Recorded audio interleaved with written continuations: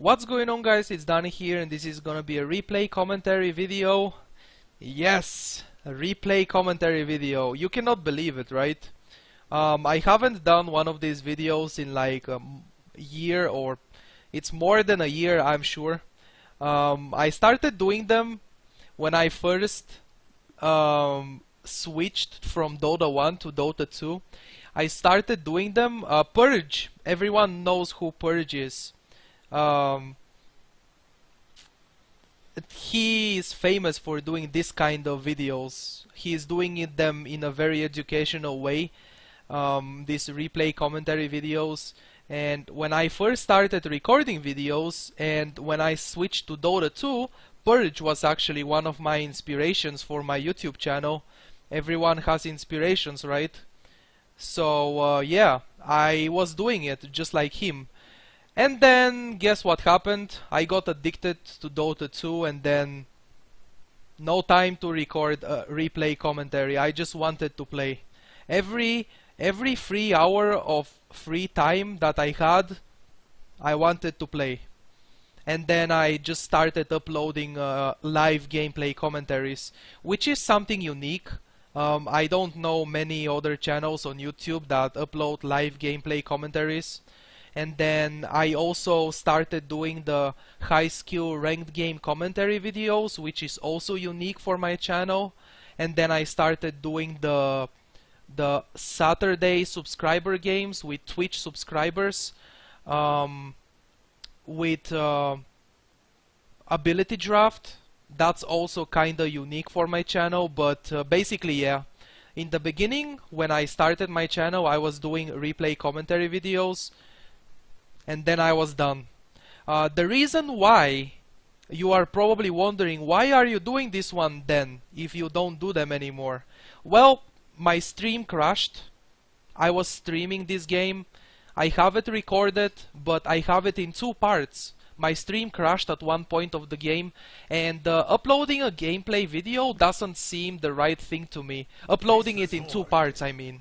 Uploading a gameplay video in two parts doesn't seem the right thing to me. There we go, finally. Oh man, I'm gonna get a lot of English practice in this game, since I'm gonna be speaking a lot more, because this is a replay. I don't have to be that focused, you know. I'm not playing the game live. I'm just watching the game and I'm talking about it. At the same time, there is something I wanna say. I am kinda happy that this happened. Before recording this video, I was eating, and while I was eating, I was thinking about it. And I'm kinda happy that this happened, that my stream crashed. It's not good that my stream crashed, lost like half of the viewers, but what can you do? But I'm happy that for the fact that I'm going to upload this game as a replay instead of a live gameplay, because I'm pretty sure as a live gameplay the game would have looked pretty bad, but it's actually not. Okay? I think so. I definitely think so. The game would have looked pretty bad on live gameplay, but it's actually not. Okay, I'm gonna stop repeating everything twice. I'm sorry. I'm just a bit excited right now. So, first of all, I hope you guys enjoyed this video, and I hope you learned something new. Who knows? This is going to be a Faceless Void offlane gameplay. Alright. Yes, I do have 3 out of 4 teammates muted. And as you can see the movement of my mouse, I just muted 2 of them. In the beginning of the game there was no communication and everything was a disaster. Let me focus into the game and what's actually happening first of all, and then I'm gonna be talking about other stuff. So I'm checking the top rune. There are 3 of the enemies. This right here, let me show you. This right here is a pretty good spot when you are checking the offlane, the top lane rune alone. You can stay here. Otherwise, if you have teammates with you, you all stay here. And then when the rune is about to spawn, you go and fight the enemy for the first minute rune. But in this case, when I'm solo checking it, this is a great position. You get vision on the enemy doesn't get vision on you up there. So right now I'm playing against a tri-lane. I'm getting stunned by Sand King, nothing is gonna happen. The Oracle is channeling his skill. So this is a very scary lane for me. Any offlaner with no escape ability, like, why is my mouse in the middle though? This is so confusing. I am moving it down here, but then it goes to the middle. Every hero with no escape ability, like Time Walk and Blink and stuff like that, would have died to the enemy tri-lane because they have two stuns. They have the Sand King stun, the Sven stun, and the Oracle, which is not really a stun, not really a disable, it just stops you from moving. But I am lucky that I'm a Faceless Void. So right now this guy is harassing me. They already made me use all my tangos, which is pretty bad for me. I'm already out of tangos. So offlane Faceless Void, you can start with the build I started, okay? Stout Shield, Healing Salve, and then tangos. I have seen people start with only one set of tango, that's the only regen they have. Maybe that would be great when they are playing against a duo lane. In this game I'm playing against a tri-lane, and tri-lanes are extremely hard to play against. So I just wanted to make sure that I have a lot of regen. And right now I can see the position of Sand King. The 2 minutes rune, this is... Right now, this is showing you why is it so important for offlaners to check runes as well. Okay? The 2 minutes rune, invisibility, offlane Faceless Void, 2 minutes into the game, takes the invisibility rune, goes to the mid lane and ganks the opponent.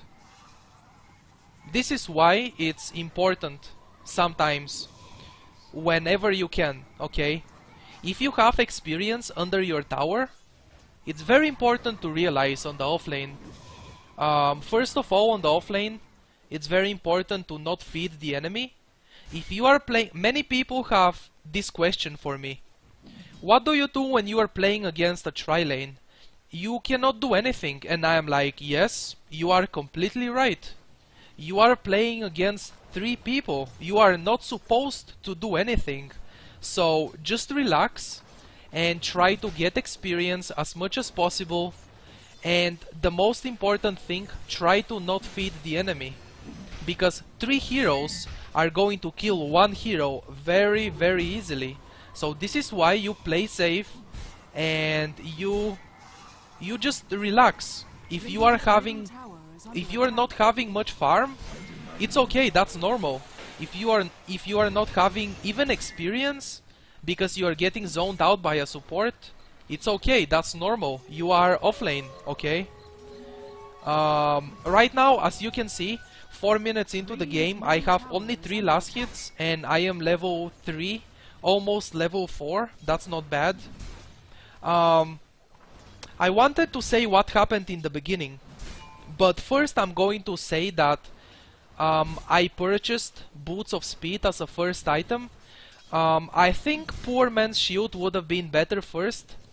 Whenever you get access to the shop, Poor Man's Shield is great, because on the offlane Void is probably a must for the early game.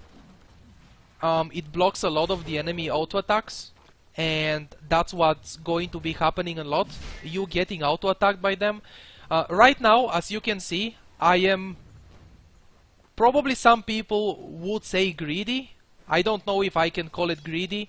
I just saw an opportunity to go and drop an auto attack on the enemy support, because I saw the Sven is last hitting creeps under his tower, and then I just simply have the ability to escape.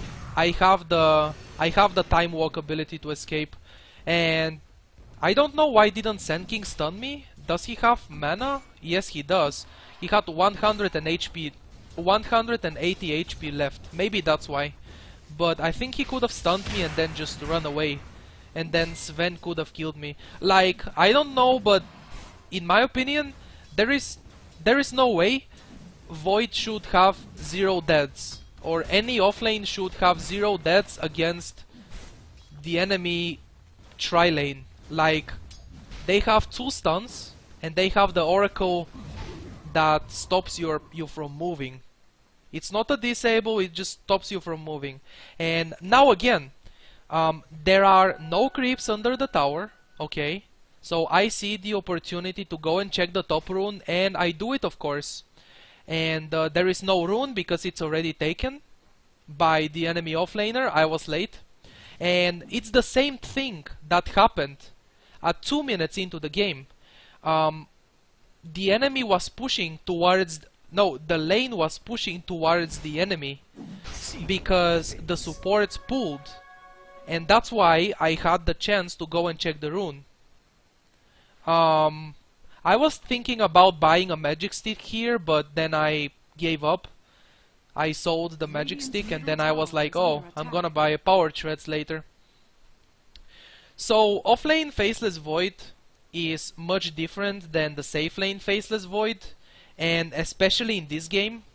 In a game like this, I do not expect to have any farm, and even if I see opportunity to farm, the farm should go to my Gyrocopter and my Naga Siren. Naga is a very good hard carry hero. Gyrocopter, very good hard carry hero. I see an opportunity right now to go and auto attack Sven a little bit and cancel his healing salve, because I saw on the minimap the pink player is there, and that's the support Sand King, and I know Sven cannot solo kill me. At one point, the safe lane heroes, depending on what the offlaner is, at one point the safe lane hero, if the supports give him a huge advantage, the safe lane hero, the carry, should be able to kill the offlaner. Like, if I was not a Faceless Void and the Sven is out leveling me much because I have been harassed by the supports, Sven would have been able to kill me, or at least harass me away from the lane. But I know that's not going to happen because I have a time walk. I am a Faceless Void.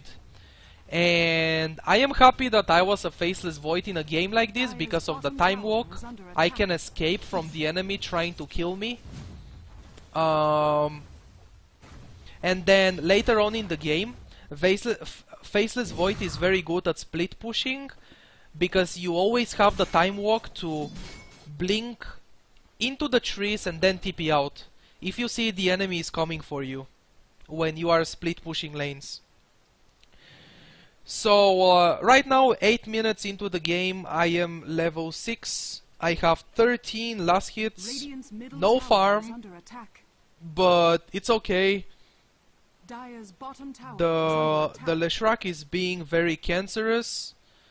No wonder he's muted in game. We are 8 minutes into the game, and okay, there is more action happening right now. Going to TP to the mid lane, Chronosphere on the Leshrac, and that's probably gonna be a kill there. Rubik gets the kill.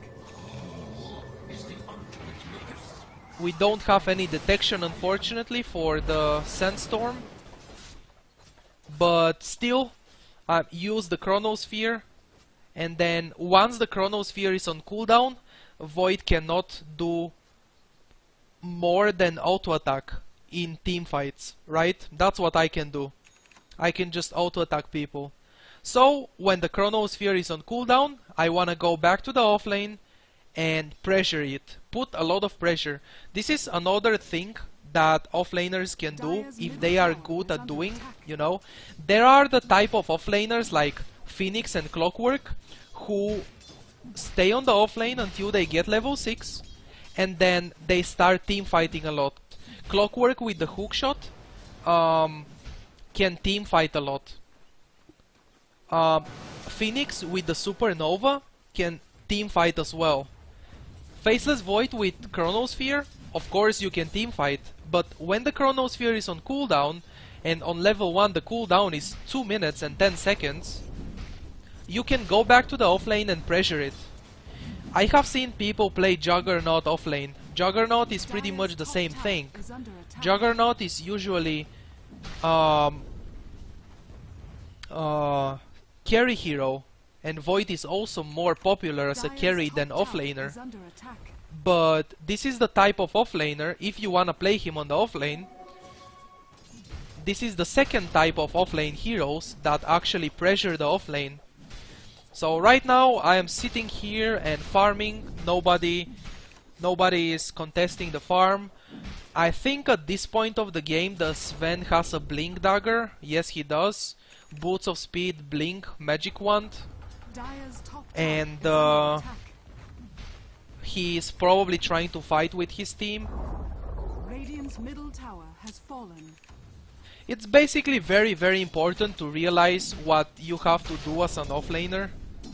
Sometimes, because the offlaner could be the space creating hero,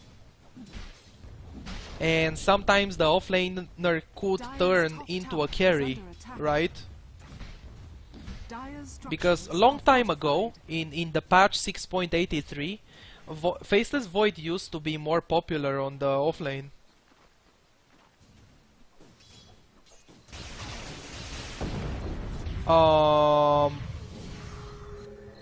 Okay, never mind. I thought I'm gonna die. And that would be pretty horrible, to die to the Leshrac like that, you know? He has no Yule Scepter to change, to do the combo perfectly. There is a blink on Sven. So 12 minutes into the game. Let me tell you what happened in the very beginning of the game. It was a bit of a disaster. Nobody communicated anything. The game started and I selected the safe lane, and then that guy picked Gyrocopter and he also selected the safe lane, and I was like, alright, Gyrocopter is a very good roaming support and support in general. I have seen so many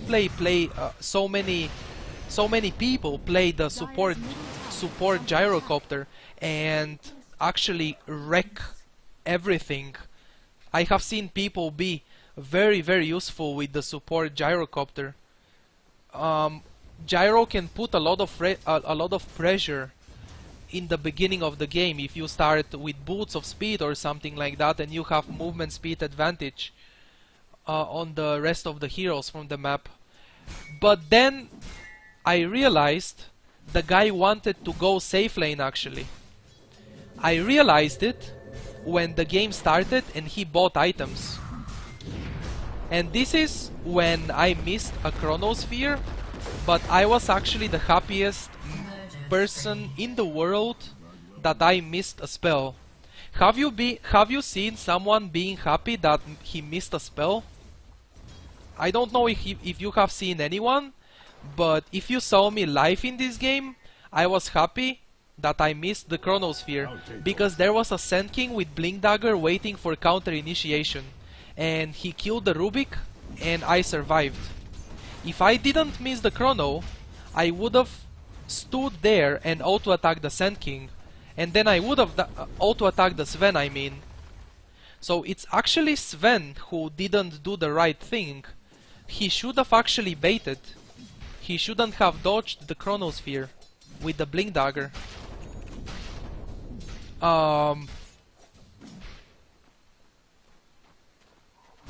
So basically, back to what I was saying about the beginning of the game, I realized that the Gyrocopter is gonna be safe lane when I saw his item build. Like, he didn't buy any supportive items, he started with the typical Gyro build, like Ring of Protection, and something is going on right now. For some reason I decide to turn back and kill the Sand King to auto-attack the Sand King. There is an Oracle there. And then I get stunned. And then I get chain stunned. And then my reaction to this was space created and very well done. This is another situation that I was happy that I died. Have you seen anyone being happy when he dies? I was happy when I died because they used all their disables on me, and then Gyrocopter came in and killed one hero. Basically that was a 1-for-2 trade, right? And meanwhile space created for Naga to farm, because that's the most important thing in this game. When you have a Naga in your team, you actually have to make sure that he farms, okay? It doesn't matter if you are playing the support or the offlaner. It's really good that your Naga farms. It's good for you. Naga is a carry, and he has to carry the game, right? Void is also a carry, but in this game I'm not using him as a hard carry. So basically what happened there is I died, but it was a 1-for-2 trade, which was totally worth for me, totally worth. And right now I am back to the top lane getting pressure on the tier 1 tower. There is a fight going on the mid lane. I told my team to try to not fight because I just TP to the top lane, and that means 1 minute my TP will be on cooldown, and I am applying pressure to the offlane. Right now Gyro is dead, as you can see. Gyro killed Sven at least, which is great. That was Sven's killing spree. 668 gold for Gyro. When he died he lost 363. Oh man, that was pretty good. And now I'm getting Mask of Madness. Okay, this is one item that I would totally recommend when you play the offlane Faceless Void, okay? A Ring of Aquila, or if it's not a Ring of Aquila, at least a Ring of Basilius, because you need the mana regen. You don't need it much, you're gonna be fine without it. What you need is the armor that you give to creeps, because I already mentioned Void is very good at split pushing the lanes because you can always escape with Time Walk. It's the same like Anti-Mage, you can always escape with Blink. So when you are split pushing lanes and applying constant pressure to the lanes, it's also called the map presence, having a map presence. Just I like doing that when I play. I like being on the map a lot. AFK jungle is definitely not a good option to farm. Sometimes the jungle is a lot more safe to farm than the lanes, but the map presence is very important for some heroes and for some players. I am one of those players. Right now I am pinging the enemy sentry ward because I know it's warded there. I saw Leshrac warding, or it was Oracle actually when we killed him once. He dropped a ward there. So Ring of Basilius or Ring of Aquila, when you activate it, you are giving armor to your creeps, and you are pushing, you are helping your creeps survive because they are getting bonus armor, they are getting extra armor. So right now Chronosphere is on cooldown, and I'm going to Time Walk into the Sven. I auto-attacked him 5 times. I saw he took no damage and then I gave up. Did you see that? I did no damage to the Sven. I have 95 damage, and after the Mask of Madness I am going for Ogre Club, and I'm gonna make a BKB as a first big item of the game. And right now Radiant's bottom Let's see tower what's has going to fallen. happen here. Let's watch closely and see what's going to happen. Naga has a Radiance. Radiant's 20 bottom minutes tower Radiance is on under Naga is not very impressive, but it's not the worst thing in the world. Could have been worse, right? And there goes a Chronosphere on 4 people. This is when I wish the Gyrocopter TP'd to the mid lane instead of base, because we would have been able to kill them all maybe. And I get a kill on Invoker and I get 428 gold from it, and then I get killed by Leshrac and he gets less gold for that. You know why is that? In the most recent small patch, like 6.84c I think it is, there is a comeback mechanic. Right now we can even take a look at the gold graph. The enemy has a 4000 gold advantage, Radiant's middle tower and this is under when attack. the comeback mechanic starts working. Depending on how behind you are in the game, you basically get more gold for kills when you are behind in the game. That's the comeback mechanic. So Gyrocopter picks up a BKB. Let me check his items. Face boots, BKB, Helm of the Dominator, not bad at all. Naga has Radiance, boots, bottle. He just got the Radiance like 2 minutes ago. And now I'm going bottom lane. Chronosphere is on cooldown, and that means Void cannot teamfight very well when he has no chrono. The only thing Void can do is auto attack people.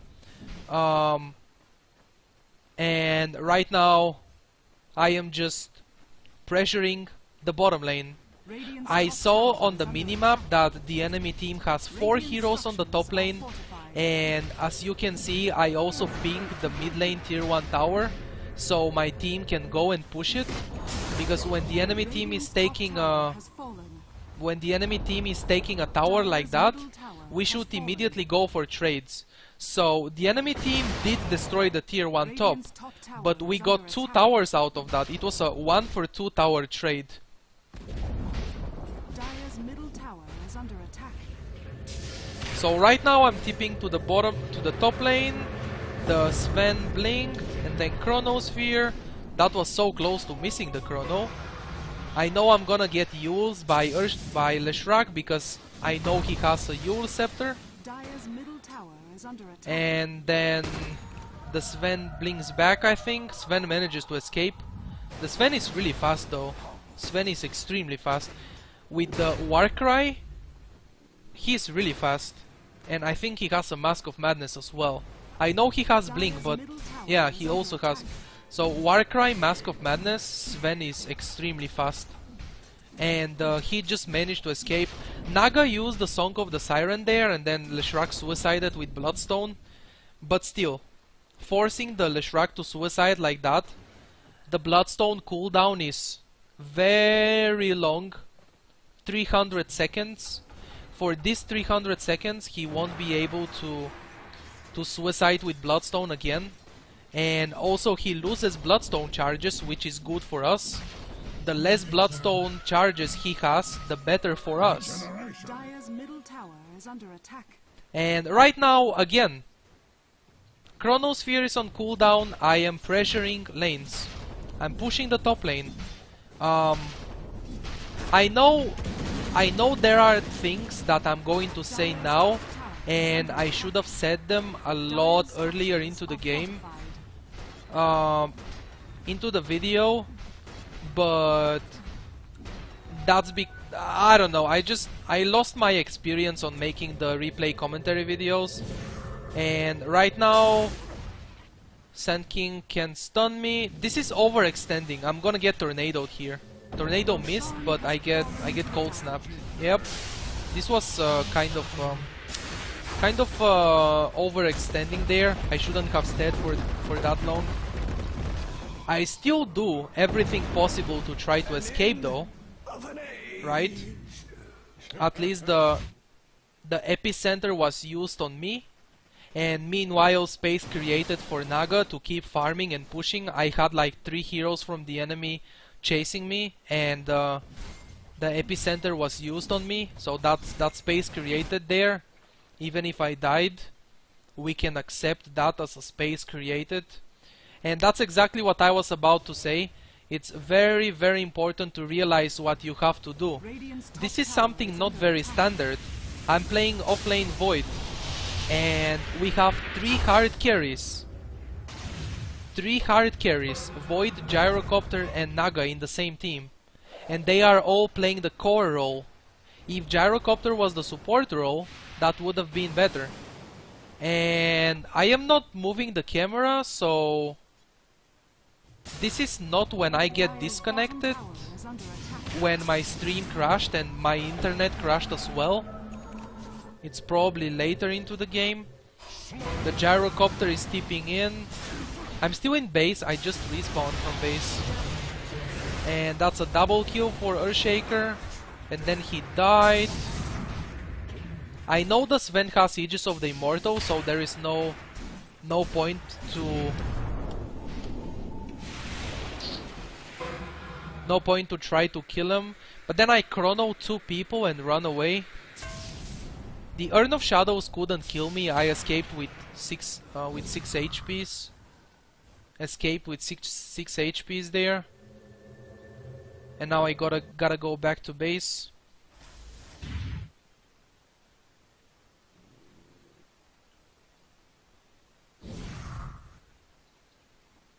Radiant's top tower is under attack.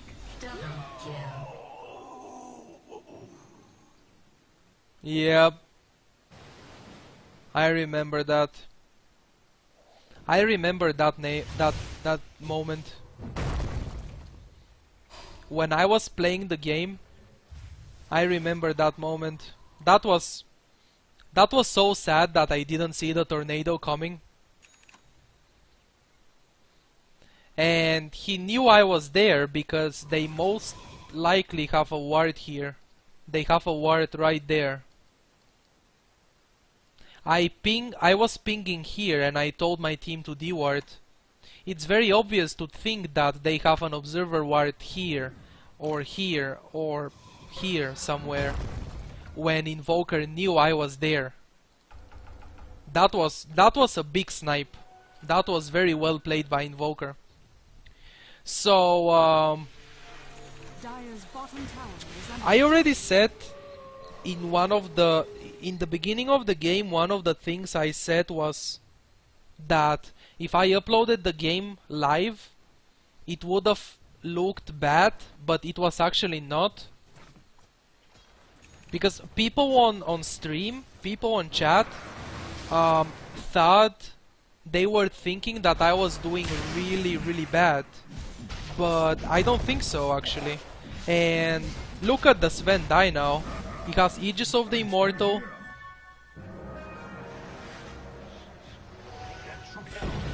And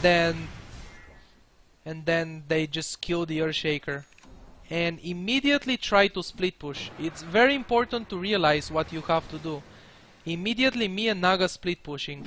So the reason why people thought I was doing bad, it's probably because I am a Faceless Void, and 29 minutes into the game I am 1-4 and I have 93 last hits, not even 100 last hits.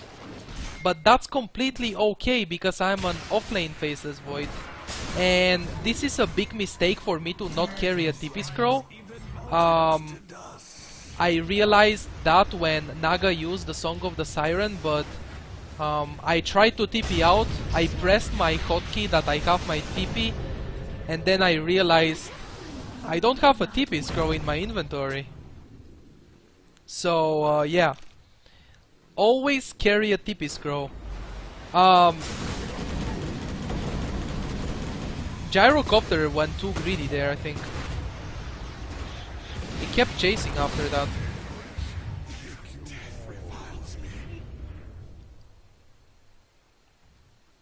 So the reason why I don't think this game, like the reason why I don't think I'm doing bad in this game, is because every time I died, it was in a trade for something big. Except the last death when I didn't have a TP scroll. Except that one, every time I died was in a trade for something big, like my team getting 2 kills or getting a tower or something like that. And then you know, I am an offlane Faceless Void, and to be honest, Radiant's top tower is under I attack. don't know what people were expecting, Radiant's people top who are tower watching has my fallen. stream. I have a position 1 gyrocopter. I have a position 2 Naga Siren. There are 2 hard carries in my team already. Why would I be just 1 more hard carry? And this is something that I did there. I don't have a BKB yet, unfortunately. So I'm gonna get my mana burned. And I'm gonna get killed for sure. We went on the baited. Yeah. We went on the Oracle there. And then you can see I used my Chronosphere to cancel Sand King's Epicenter. And then I died. And now my team keeps fighting. Sven is gonna die there.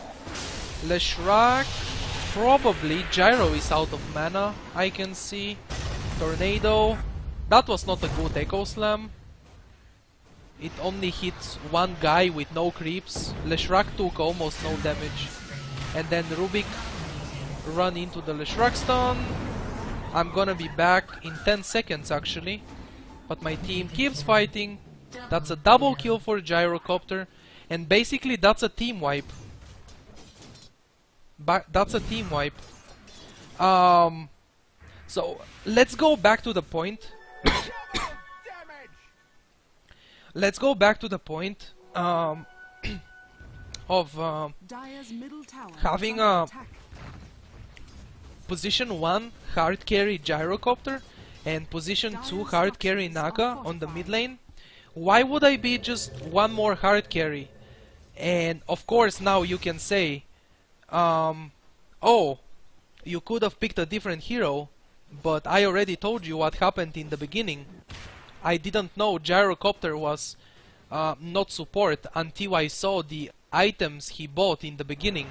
Because when the game started, the Gyrocopter started flaming like mad. He started screaming on the microphone in Russian, and I muted him. And then Rubik did the same, but not on the microphone, he did it on the chat. He did it in English actually. Rubik used English at least, not Russian. But he still got muted. So when there are flamers like that, I prefer muting them. I prefer always staying away of negative opinions and negative attitudes about the heroes we have and how we are going to lose the game and stuff like that. No, no, no, no, no. This is the point. The game is started and the game is already going. We are 33 minutes into the game. Why would people start thinking what they should have picked instead? Just try to do your best. Try to make stuff happen with what you have already. Like right now, when I was playing this game, my mentality was, Has fallen to the I'm going to split push the top lane, I'm going to buy my BKB, and the mentality of my team was, under attack. we lost, and we should have picked a different hero instead of Naga, or we should have picked a different hero instead of Void. And I know what the mentality of my team was, because I had everyone muted except Earthshaker, and he was talking to my teammates. I didn't want to listen to them because they were toxic as fuck, but the Earthshaker was not, and he was telling them that game is not over yet, and he was telling them to relax and stuff like that, and to not flame. So I knew what their mentality was. So when you play a Dota game, try to focus in the game actually, and try to do your best with what you have. Don't think about what you should have picked instead. Focus in the game. This is one tip I can give you right now. Focus into the game, because right now, 35 minutes into the game, we are losing pretty hard. As you can see, there is a 7.5k gold advantage for the enemy team, right? But you don't have to think about that. The game is not over. We haven't lost a single lane of barracks. And right now I decide to smoke myself. This is one very good thing you can do as a Faceless Void when defending the base. You can smoke yourself and then you can get a much better position. Look at the Chronosphere. I chrono two of their most important heroes, the Oracle and the Invoker. The Invoker is the hero that makes stuff happen in the fights, and Oracle is the support. So now Gyrocopter gets a double kill. I jump on Faceless on the Invoker, and I think I gotta go back at this point because I don't have any mana. The Chronosphere is already used and didn't do much, unfortunately. There is a triple kill for Gyrocopter, and ultra kill for him, actually.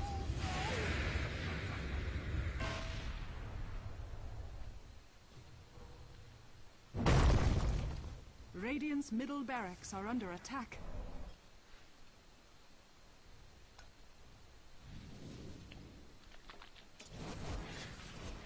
Radiant's middle barracks are under attack. So the Chronosphere was not a huge thing, but it was on two heroes, two very important heroes, Invoker and Oracle.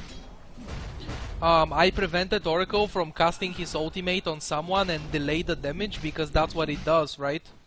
It delays the damage taken. And then I also got Invoker inside the Chronosphere.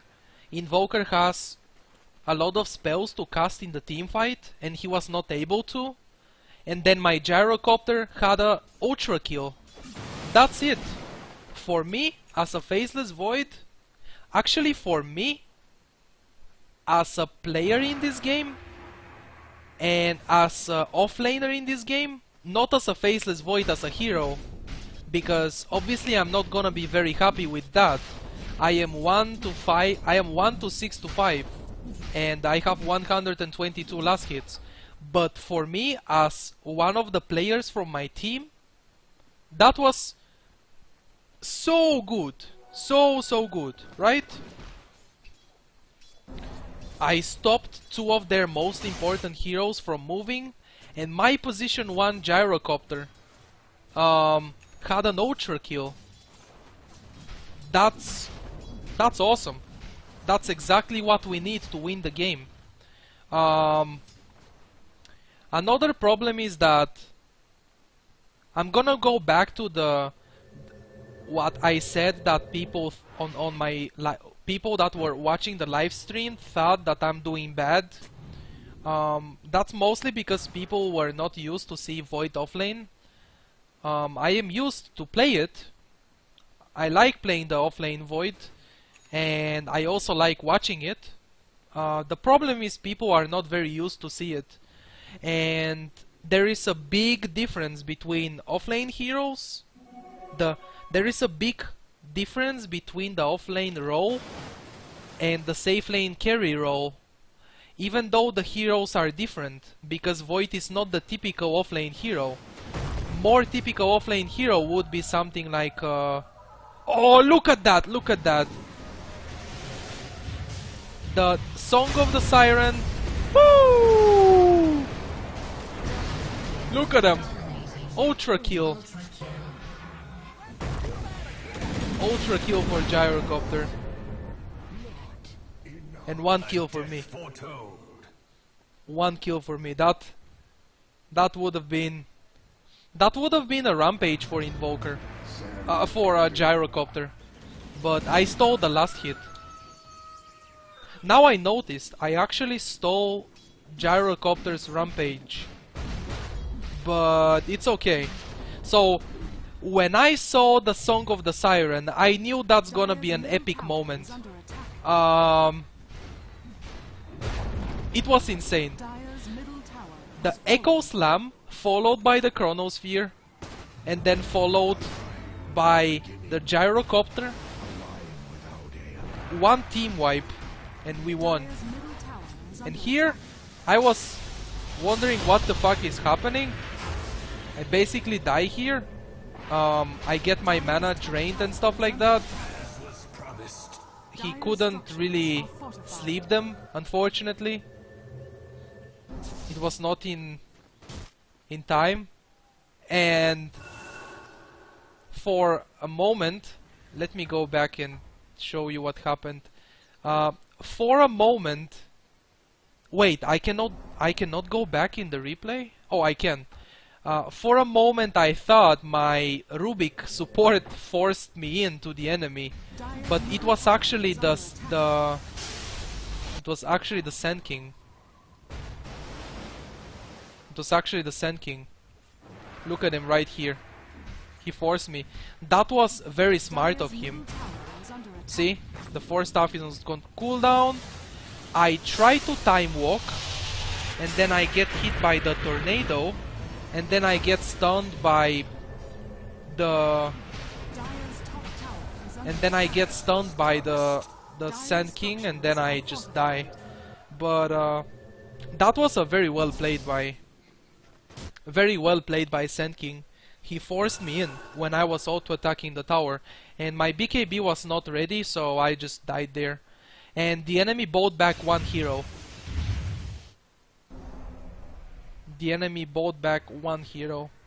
So basically the point of this is the Chronospheres are very important. When you play the Faceless Void safe lane carry, during the Chronosphere, you should be able to kill at least 1 hero. In this game, on the offlane Void, I was not able to kill even the support Oracle during the Chronosphere. And that's because I didn't have enough damage.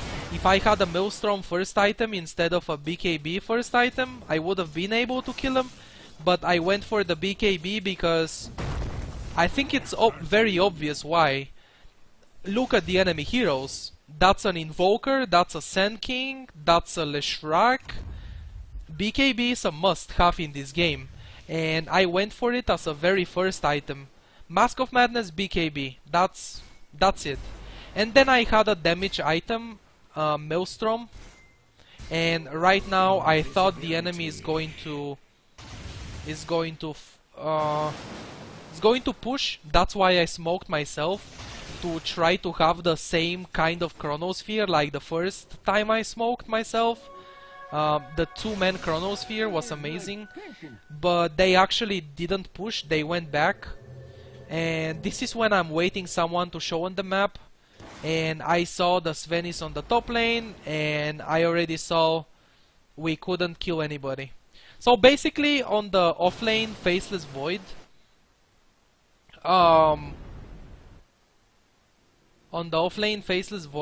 it's very important to have the Chronospheres in point. It's very important to have good Chronospheres. You can see we made a bit of a comeback at this point of the game. It was a 10,000 gold advantage for the enemy, but then Gyrocopter had... Like, I was very happy and very positive in this game. Some people, or most people, were not. My team was not. And people on stream were also not. Like, if you're watching me right now and you also watch the game live on stream, I'm not talking about every single viewer, okay? When I take a look at the chat, I see and I talk about what I see in general, right? Maybe only half of the viewers were thinking I'm playing bad in this game, the other half not. I'm saying that in general I saw people who thought I'm having a very bad game, and I'm going to say no. When I was playing the game live, I thought I'm having a very good game, And now I still think I'm having a very good game, because the chronospheres have been always on point, and they have always been Dire's middle tower is under doing attack. something. They were never a waste, and this is another chronosphere now, but I think it's not gonna do much. I had to use my BKB earlier. One mistake, one big mistake. I used my BKB too late. I should have used it earlier. I got disarmed by Oracle, but then Sven still died. Song of the Siren is now here. They have to run for their lives because we are 2 people dead. This is a 2-for-1 trade so far. They gotta run for their lives.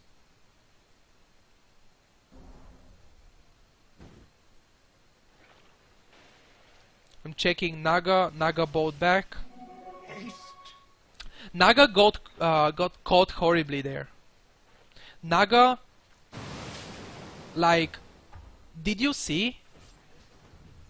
4 people were smoking here.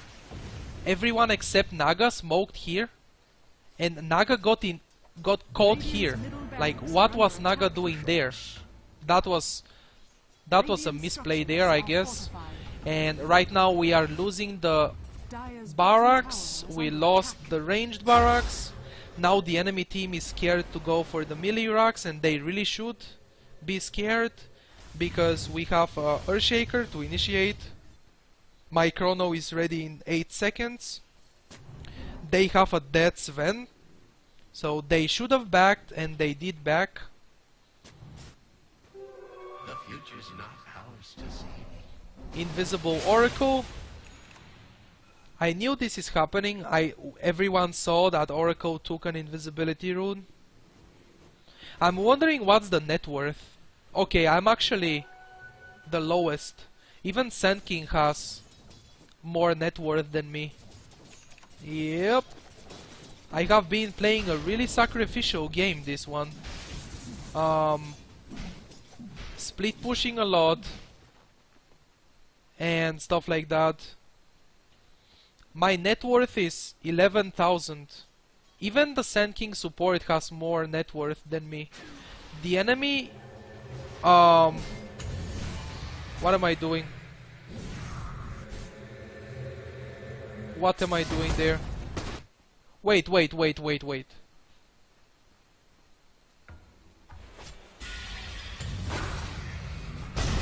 How do I remove this thing? Okay, there we go. Wait. I wanna go back to the game. I wanna see what happened.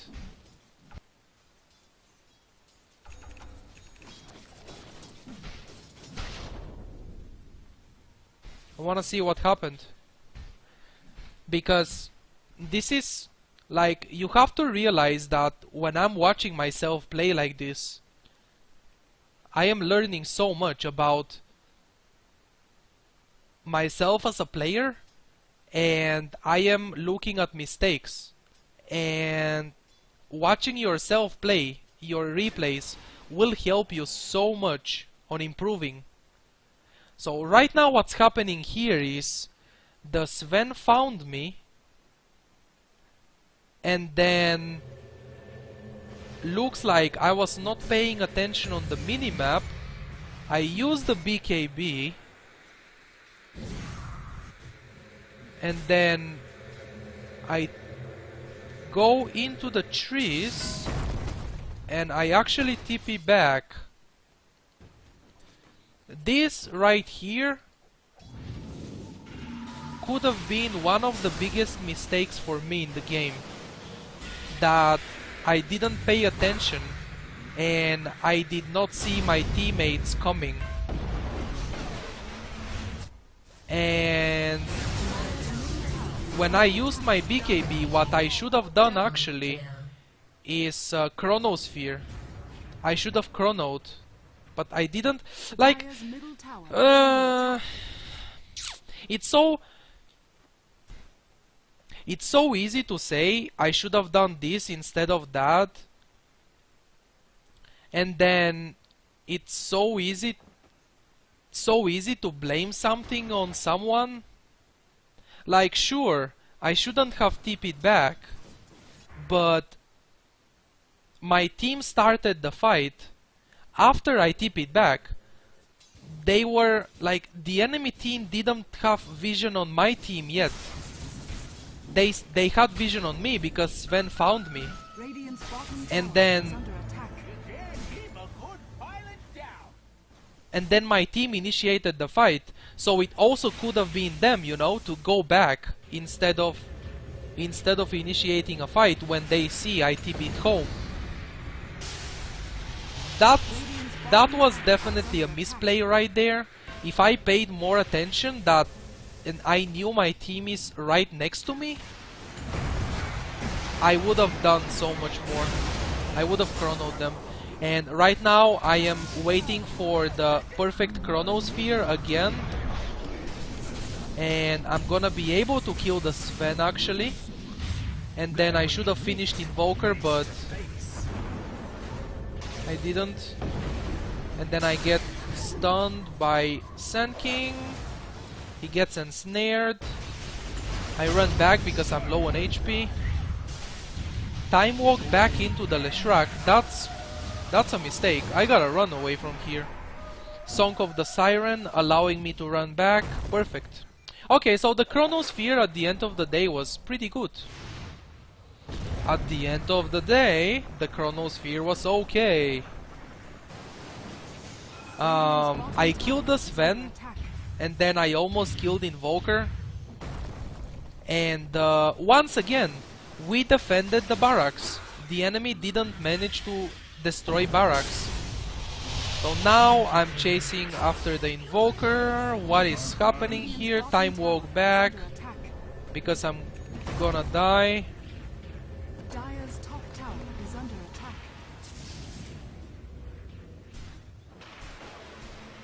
BKB. BKB is off cooldown right now. Bottom tower has fallen. Report void tanks. Tower is under attack. Report Radiant's void bottom tanks. tower has fallen.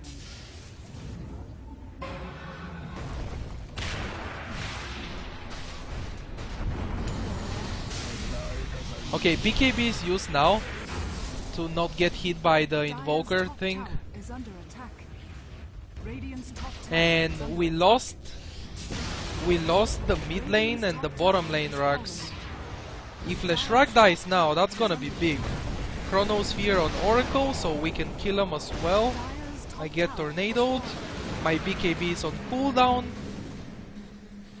Invoker is getting tornadoed as well. Oracle died. And Invoker is gonna die as well. Triple kill, another triple kill.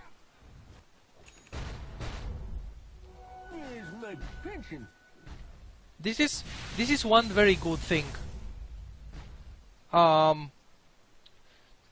This is one thing that I want you to please avoid doing. Don't be that guy. Don't be the gyrocopter. Don't take advantage over people when you are strong. You know? Imagine in real life there is a strong, big dude with a lot of muscles and he's sitting next to a small dude and skinny person, you know? And it's like the big one hits the small one. Never do that. That's horrible. Never take advantage when you are having a weak person next to you. You are abusing the. Anyway, that's some other shit right here. There is a fight going on right now. I shouldn't be talking about that right now. There is a fight going on. I died here to the Leshrac, to the Oracle actually. I mean, Dire's middle tower is we under managed to get the top lane, the top lane ranged barracks and the mid lane tier 3 tower, which is a pretty big accomplishment. And right now my team is killing Sven. He bought back before, I believe. So now I'm not sure if he has a buyback or not. I have buyback as well. And I am going to walk. Uh-oh. Chronosphere on Leshrac. And then run. This is so funny. I'm trying to kill Leshrac, but I'm realizing I cannot. Because I'm a Faceless Void and he's extremely strong. Leshrac is 6 slotted at this point. And I have 2 slots. And then I backtrack the last auto attack. And meanwhile, look at what my team is doing. The enemy throne is half HP. Radiant's middle tower is under attack. Radiant victory. Yes! We won! I couldn't believe it. I actually couldn't believe that we won this game. But we did. So, yeah. We won. Yay! We won! So basically, what I was talking about before, don't take advantage over the weak person, okay? That's really horrible for you. It's not only in real life. Like, I don't know why did I say that example. I guess I had to give you some example, right? Gyrocopter is doing well, that's right. He's the position 1 carry, and he has the position 1 player has a big responsibility of carrying the team. But when you're having a good game and the rest of your teammates are not having a good game, make me, and not only me, make yourself a favor and don't flame your team, because that's not the right thing to do. When you are doing well but your team is not doing well, instead of flaming them, because what else could have forced me to mute 3 out of 4 of my teammates? Like, I just won a game with 3 out of 4 teammates muted. Like, you can't imagine how happy I am that I won this game. You doing well doesn't allow you to flame the people who are doing bad, okay? Instead of flaming them, you can help them to stop doing bad, okay? You can give them tips. You can just be nice to them in general, instead of going full retard like this gyrocopter. Like, he said, report void, thanks. Even though he's muted, I can see that because it's a replay. In the replay, you cannot see the team chat, but you can see O chat. So, I saw that. Basically, you get the point. That's it for this video. I am definitely not back into making replay commentary videos again. I hope this video was useful for you in some way. I hope you learned something about the game or whatever. I'm doing it because, as I already said, at one point my stream crashed and you know, I didn't want to upload the game in 2 parts. So I want to upload the game in one video, one hour game video. So basically that's it for this one. If you guys enjoyed the video, don't forget to leave a like, it helps out a lot. If you are new to my channel, feel free to subscribe. Thank you for watching, and I see you in the next video. Good luck and have fun playing Dota. I started my channel, I was doing replay commentary videos, and then I was done.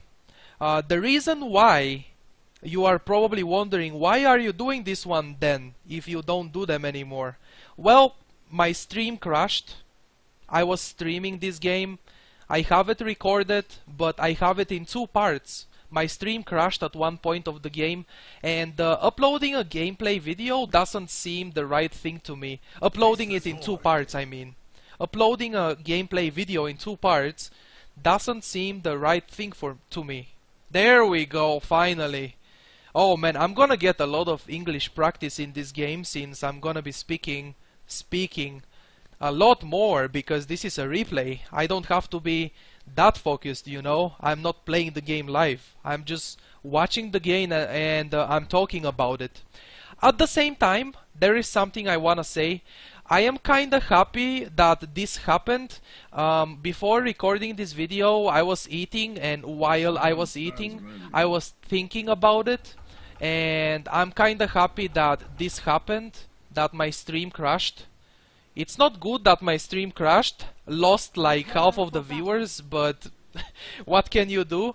But I'm happy that for the fact that I'm going to upload this game as a replay instead of a live gameplay, because I'm pretty sure as a live gameplay the game would have looked pretty bad, but it's actually not.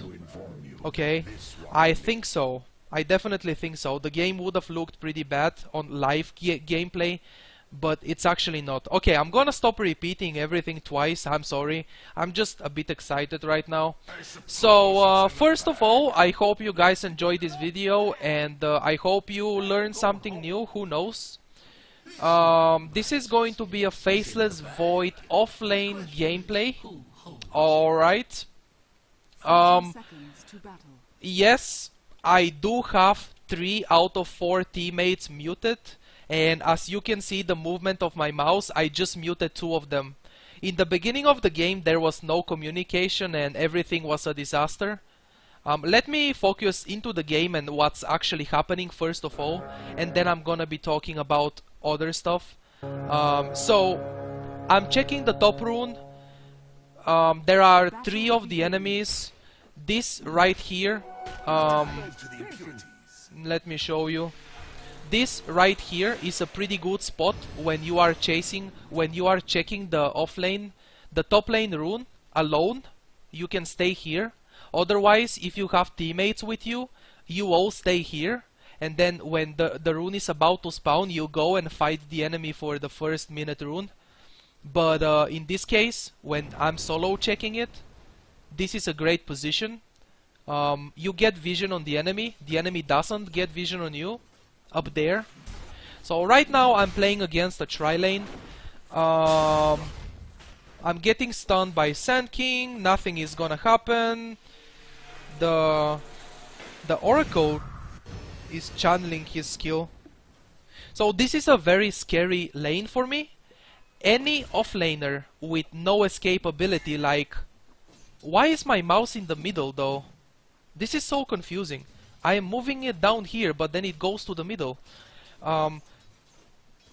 Every hero with no escape ability, like Time Walk, and Blink, and stuff like that, would have died to the enemy tri-lane, because they have 2 stuns. They have the Sand King stun, the Sven stun, and the Oracle, which is not really a stun, not really a disable, it just stops you from moving. But I am lucky that I'm a Faceless Void. So right now this guy is harassing me. They already made me use all my tangos, which is pretty bad for me. I'm already out of tangos. So offlane Faceless Void, you can start with the build I started, okay? Stout Shield, Healing Salve, and then tangos. I have seen people start with only 1 set of tango. That's the only regen they have. Maybe that would be great when they are playing against a duo lane. In this game I'm playing against a tri-lane, and tri-lanes are extremely hard to play against. So I just wanted to make sure that I have a lot of regen. And right now I can see the position of Sand King. The 2 minutes rune. This is right now, this is showing you why is it so important for offlaners to check runes as well. Okay? The 2 minutes rune, invisibility, offlane Faceless Void, 2 minutes into the game, takes the invisibility rune, goes to the mid lane and ganks the opponent. This is why it's important sometimes, whenever you can, okay? If you have experience under your tower, it's very important to realize on the offlane. First of all, on the offlane, it's very important to not feed the enemy. If you are playing, many people have this question for me. What do you do when you are playing against a tri-lane? You cannot do anything. And I am like, yes, you are completely right. You are playing against 3 people. You are not supposed to do anything. So just relax and try to get experience as much as possible. And the most important thing, try to not feed the enemy. Because 3 heroes are going to kill 1 hero very, very easily. So this is why you play safe and you just relax. If you are not having much farm, it's okay, that's normal. If you are not having even experience because you are getting zoned out by a support, it's okay, that's normal. You are offlane, okay? Right now, as you can see, 4 minutes into the game, I have only 3 last hits and I am level 3, almost level 4. That's not bad. I wanted to say what happened in the beginning, but first I'm going to say that I purchased Boots of Speed as a first item. I think Poor Man's Shield would have been better first. Whenever you get access to the shop, Poor Man's Shield is great, because on the offlane Void is probably a must for the early game. It blocks a lot of the enemy auto attacks, and that's what's going to be happening a lot, you getting auto attacked by them. Right now, as you can see, I am probably, some people would say, greedy. I don't know if I can call it greedy. I just saw an opportunity. What's going on, guys? It's Danny here, and this is gonna be a replay commentary video. Yes, a replay commentary video. You cannot believe it, right? I haven't done one of these videos in like a year, or it's more than a year, I'm sure. I started doing them when I first switched from Dota 1 to Dota 2. I started doing them. Purge, everyone knows who Purge is. He is famous for doing this kind of videos. He is doing them in a very educational way, these replay commentary videos. And when I first started recording videos, and when I switched to Dota 2, Purge was actually one of my inspirations for my YouTube channel. Everyone has inspirations, right? So yeah, I was doing it just like him. And then, guess what happened? I got addicted to Dota 2, and then no time to record replay commentary. I just wanted to play. Every free hour of free time that I had, I wanted to play. And then I just started uploading live gameplay commentaries, which is something unique. I don't know many other channels on YouTube that upload live gameplay commentaries. And then I also started doing the high skill ranked game commentary videos, which is also unique for my channel. And then I started doing the Saturday subscriber games with Twitch subscribers, with ability draft. That's also kinda unique for my channel, but basically, yeah. In the beginning, when I